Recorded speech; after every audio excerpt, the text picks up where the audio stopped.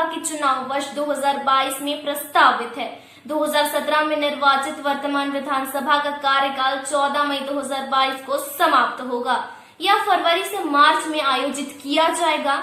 UP विधानसभा चुनाव के रण में उतरने के लिए बसपा ने तैयारियां शुरू कर दी है। अमूमन घोषणा पत्र न जारी करने वाली बसपा इस बार चुनावी समर में घोषणाओं की झड़ी लहराएगी। बसपा इस बार चुनाव में रोजगार और विकास के मुद्दे पर खम ठोकेगी। वही जानकारी के मुताबिक इसके लिए अंदर खाने में खाका तैयार करने की प्रक्रिया शुरू कर दी गई है। सपा बसपा कांग्रेस की सरकार में उत्तर प्रदेश में जनता त्रस्त थी।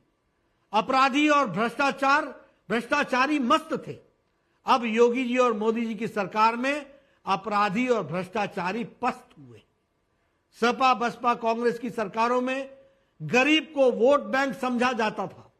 हमारी सरकार में उनके सर्वांगीण विकास के लिए हम काम कर रहे हैं। आज उत्तर प्रदेश देश में विकास के 44 योजनाओं में सबसे आगे है। टेस्टिंग और वैक्सीनेशन में यूपी नंबर 1 पर है।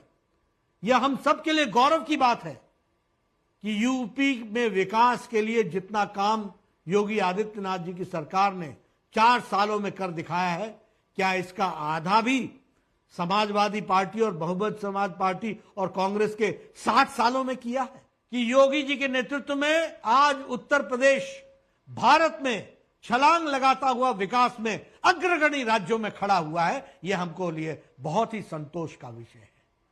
आज उत्तर प्रदेश में मेक इन इंडिया के तहत निवेश की पहली यूपी में होने वाले विधानसभा चुनाव से पहले समाजवादी पार्टी को बड़ा झटका लगा है। दरअसल यूपी पंचायत चुनाव के दौरान जिस सपा नेत्री रितु सिंह के साथ बदसलूकी हुई थी, उन्होंने प्रियंका की मौजूदगी में कांग्रेस का हाथ थाम लिया है। ज्ञात हो गया है कि अखिल भारतीय कांग्रेस कमेटी की राष्ट्रीय महासचिव प्रियंका गांधी ने जुलाई के 4 दिन के दौरे में लखीमपुर खीरी पहुंची थी, जहां पर उन्होंने ब्लॉक प्रमुख के चुनाव के नामांकन के दौरान हिंसा तथा अभद्रता की शिकार रितु सिंह से भेंट की थी।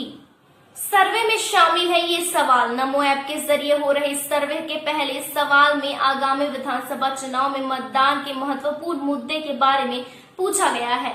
साथ ही जवाब में विकल्प दिए गए हैं। उसमें कोविड-19 से निपटने के लिए सरकार के प्रयास, शिक्षा, कानून व्यवस्था की स्थिति, रोजगार, स्वच्छता, मूल्य वृद्धि, भ्रष्टाचार, किसान कल्याण, बिजली और सड़क इंफ्रास्ट्रक्चर, 3 तलाक और आर्टिकल 370 के साथ ही राम मंदिर का निर्माण को भी शामिल किया गया है। वहीं विधायकों के प्रदर्शन को लेकर भी पूछे गए हैं सवाल। जी हां, सर्वे में सरकार और विधायकों के प्रदर्शन को लेकर विभिन्न पहलुओं को शामिल किया गया है तथा इसमें सवाल किया गया है कि अपने राज्य में वैक्सीनेशन कवरेज से आप कितने संतुष्ट हैं। विधानसभा सीटों पर उम्मीदवार उतारेंगी। मायावती ने बसपा उम्मीदवारों के नामों को अंतिम रूप देने का काम भी शुरू कर दिया है। विधानसभा चुनाव 2022 का समय नजदीक आ रहा है। चुनावी तैयारियां जोरों पर हैं। ऐसे में प्रियंका गांधी भी लखनऊ पहुंची और पार्टी कार्यालय में बैठकों की शुरुआत भी की। प्रियंका गांधी का लखनऊ दौरा विधानसभा चुनाव 2022 की दृष्टि से भी महत्वपूर्ण है। वह अपनी बैठक सलाहकार समिति के साथ की।